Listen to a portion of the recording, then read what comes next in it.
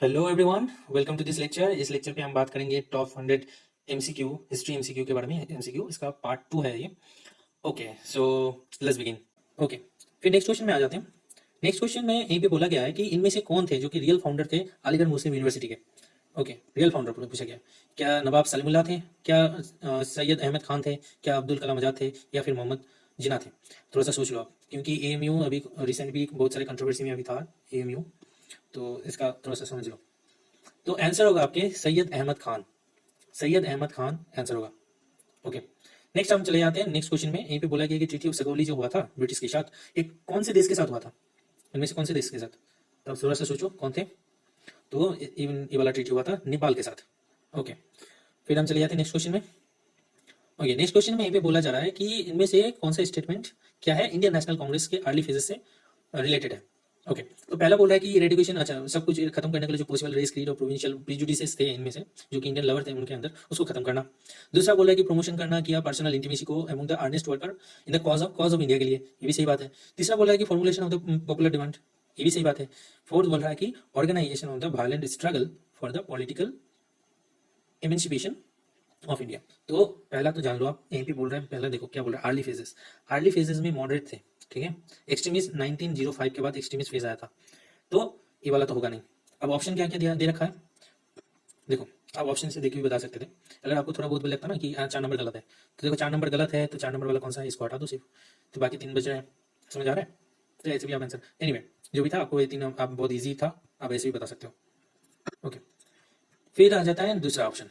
अब बोल रहा है दूसरा question, James Augustus Hicky is known as, अच्छा किस नाम से थे जेम्स ऑगस्टस हिकी, से आपको क्या याद आ रहा है। अब वो सोचिए क्या याद आ रहा है आपको जेम्स ऑगस्टस हिकी से। तो आपको याद आना चाहिए था इंडियन प्रेस।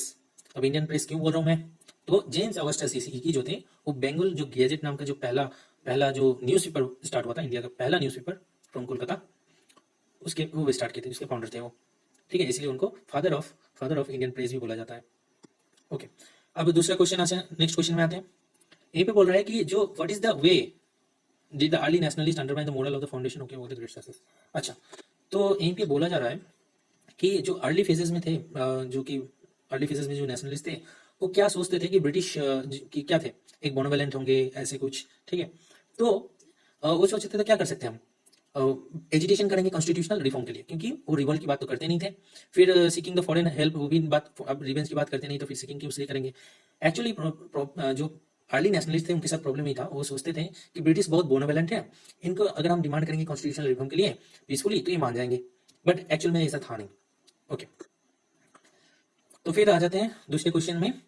ये भी बोला जा रहा है कि देखो 1942 से 1944 तक एक पैरेलल गवर्नमेंट चल रहा था बंगाल में। बंगाल की बात हो रही है यहाँ पे, बंगाल में, ठीक है। ओ सॉरी, मैंने बोल ही दिया बंगाल, सॉरी सॉरी सॉरी। अच्छा, क्वेश्चन ही हुई था कि कहाँ पे चल रहा था पैरेलल गवर्नमेंट, तो वो था बंगाल में। अब एक कौन सा गवर्नमेंट था, ये था ताम्रलिप्त गवर्नमेंट, ठीक है। इसका फाउंडर कौन था, इसका फाउंडर इसका था,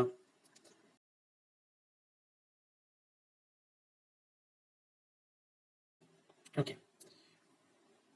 तो ताम्रलिप्त जो गवर्नमेंट था, वो था कहाँ से, तमलुक से। तमलुक में, बंगाल में तमलुक डिस्ट्रिक्ट में एक गवर्नमेंट चला रहे थे। ओके, फिर नेक्स्ट क्वेश्चन में आ जाते हैं। अब नेक्स्ट क्वेश्चन में ये भी बोला जा रहा है कि जो गवर्नर जनरल ऑफ इंडिया थे, इनमें से कौन से गवर्नर जनरल ऑफ इंडिया थे जो कि सती रिफॉर्म को, सतीदाह प्रथा को बंद किए थे, और फिर जो भी ह्यूमन सेक्रीफाइस थे उनको बंद किया था। तो ये थे लॉर्ड विलियम बेंटिंक, और ईयर कौन सा था, ईयर याद करो, ईयर था 1829। ये बहुत आता है, तो इसको याद रखना। फिर नेक्स्ट क्वेश्चन में हम चले जाते हैं। नेक्स्ट क्वेश्चन यहीं पे बोला जा रहा है कि इनमें से कौन फ्रीडम फाइटर थे जो कि गीता रहस्य को लिखे थे। तो ऑप्शन आपके सामने है, आप थोड़ा सा याद करने की कोशिश कीजिए, नहीं हुआ तो मैं बता दूंगा। ओके, सो आंसर होगा यहीं पे बाल Gangadhar Tilak. Okay, next question में हम चले जाएंगे। नेक्स्ट क्वेश्चन में भी बोला जा रहा है कि ट्रीटी ऑफ अमृतसर जो साइन हुआ था British Ranjit Singh and East India Company के बीच, वो कौन से ईयर में हुआ था। तो आंसर है आपके सामने 18। ओके, फिर नेक्स्ट क्वेश्चन में हम चले जाते हैं। ए पे बोल रहा है, ए पे थोड़ा सा समझो। ए पे बोल रहा है ऑपरेशन टॉर्जन हॉर्स, ठीक है। एक कौन से ऐसे फ्रीडम फाइटर थे जिनके की मोटरडम से रिलेटेड था। ओके, मैं ऑप्शन दे रहा हूँ, ये बहुत जनों को नहीं भी पता हो सकता है, फिर भी देख लो। तो इनमें से कौन हो सकते हैं, अब थोड़ा सा समझ लो कौन हो सकते हैं। तो इनमें से भगत सिंह, राजगुरु और सुखदेव, इनके मार्टरडम को टॉर्जन हॉर्स ऑपरेशन के नाम से लिंक किया जाता है। क्यों किया जाता है, आप थोड़ा सा समझो। ओके, अब हुआ ऐसा था कि इनको, इन तीनों को फांसी की सजा हुई थी, किसके लिए, क्योंकि इन्होंने सैंडर्स की हत्या कर दी थी। अब सैंडर्स की हत्या करने पे क्या हुआ कि सैंडर्स के जो रिलेटिव थे वो भी ऑफिसर्स थे बड़े बड़े।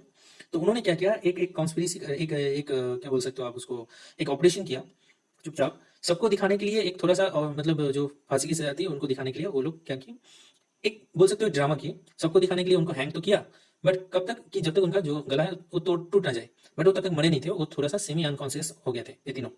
फिर इन तीनों को उठा के लेके गए, कंटेनमेंट था उस टाइम पे, वहीं पे लेके गए और ले जाके उनको डेथ स्क्वाड में क्या किया गया, जहाँ पे सैंडर्स के फैमिली के मेंबर भी थे। इन्होंने क्या किया, फिर इनको बहुत ही बेरहमी से इनको शूट किया, शूट करके वहीं पे मार दिया। ये एक्चुअली रिवेंज लेना चाहते थे इनसे। ओके, फिर आ जाते हैं 26 नंबर क्वेश्चन पे। यहीं पे बोला गया है कि जो फरमान था 1765 का, जो फरमान था बंगाल, जिसके बाद से डुअल गवर्नमेंट स्टार्ट हुआ था, ठीक है, तो ये फरमान किससे मिला था पहली बात, तो क्या ब्रिटिश है? तो नहीं, ये था शाह आलम से। शाह आलम क्या थे उस टाइम पे? मुगल एम्परर थे। ओके, फिर नेक्स्ट क्वेश्चन में चले जाते हैं हम। ये पे बोला गया कि what is the civil disobedient movement. Civil disobedient movement के नाम से आपको क्या पता चल रहा है? ओके, सिविल डिसोबीडियंट मूवमेंट से आपको क्या पता? Disobedient, civil disobedient. अब थोड़ा सा समझो, सिविल, सिविल मतलब आप बोल सकते हो इस साइड से पब्लिक बोल सकते हो। ओके, अब पब्लिक डिसओबीडियंट, ठीक है, डिसओबीडियंट मूवमेंट। सिविल मतलब आप ऐसे बहुत कुछ बोल सकते हो, anyway, उसको छोड़ो। तो डिसोबीडियंट मतलब क्या? आप मान नहीं रहे हो, ठीक है, आप लॉ को नहीं मान रहे हो, आप जो ऑफिशियल जो गवर्नमेंट है उसके कमांड को नहीं मान रहे हो, ठीक है। तो इनमें से कौन सा होना था? तो पहले बात देखो, पहला ऑप्शन ही दिया हुआ है कि repeal of the of the laws and demand and the command, ठीक है। रिवोल्यूशन नहीं, ये रिवोल्यूशन हम नहीं बोल सकते, डिसोबीडियंट का मतलब रिवोल्यूशन नहीं होता है। फ्रीडम ऑफ द स्लेवरी नहीं, ये भी नहीं है। फिर क्या है? फिर अबव द नहीं, तो ऑब्वियसली फर्स्ट वाला ऑप्शन है, सही है। ओके, नेक्स्ट क्वेश्चन में हम चले जाएंगे। नेक्स्ट क्वेश्चन में बोला गया है कि अच्छा, इनमें से इनके टेन्योर में क्या हुआ था कि जो हाई रैंकिंग जो इंडियन ऑफिशियल्स थे उनको डिसमिस कर दिया गया, बर्खास्त कर दिया गया खुद के पोस्ट से।